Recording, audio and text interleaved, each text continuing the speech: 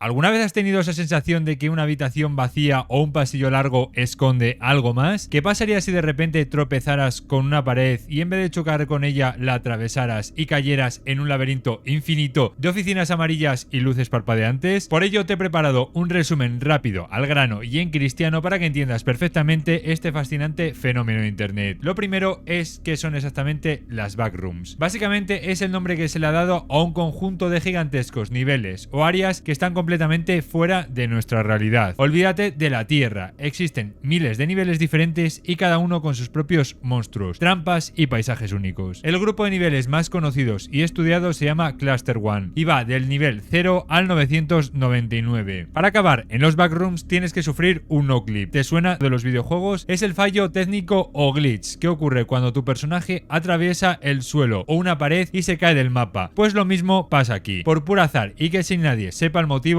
una persona puede buguearse entre comillas en el mundo real y de golpe aparecer allí. Cuando alguien se cae de la realidad empieza en el nivel 0. Esta es la famosa foto que dio origen a todo el fenómeno de internet. Un laberinto infinito de habitaciones vacías con un color amarillo deprimente, una alfombra húmeda que huele muy mal y el zumbido constante e insoportable de los tubos fluorescentes. En el nivel 0 y en casi todos los demás viven monstruos autóctonos llamados entidades. Te aseguro que no tienen nada que ver con los animales de la Tierra. Tienen aspectos rarísimos y comportamientos únicos. Muchos de ellos son extremadamente poderosos y peligrosos, y algunos tienen habilidades que a los humanos nos parecerían superpoderes. Moverse por los backrooms no responde a las leyes de la física que conocemos. La conexión entre los laberintos son muy extrañas. Por ejemplo, puedes estar caminando por el laberinto amarillo de nivel 0, encontrarte con una puerta roja de la nada, abrirla, cruzar el umbral y aparecer mágicamente en el nivel 19. Así de loco es este sitio. Estar atrapado en un laberinto infinito y sin salida aparente te vuelve loco enseguida. El sentimiento de desamparo te destruye la mente. Por suerte hay recursos que te ayudan a sobrevivir. Lo primero, la comida. Hay barritas energéticas y alimentos extraños como las raciones reales repartidos por ahí. Casi siempre son seguros, pero hay que tener cuidado. El agua de almendras es el líquido vital de los backrooms. Es un agua dulce y suave que no solo te quita la sed y el hambre, sino que también tiene la propiedad mágica de calmarte y devolver la cordura a tu cerebro cuando estás a punto de volverte loco. Si quieres saber qué es real dentro de las historias de las backrooms, tienes una fuente sagrada, la Wikidot. Es la web donde los creadores guardan el archivo canon de todos los niveles, monstruos y objetos. Si quieres enterarte de la trama real, este es el sitio. Por otro lado está el fandom. Este lugar es como el cajón desastre de la comunidad, repleto de niveles inventados por fans, monstruos disparatados y objetos raros que no forman parte de la historia oficial, pero que tienen historias muy interesantes. Y yo creo que llegado a este punto, la pregunta que todo el mundo se hace: ¿te puede salir verdaderamente de las backrooms? Salir de este lugar y regresar a nuestra realidad es una tarea titánica y literalmente casi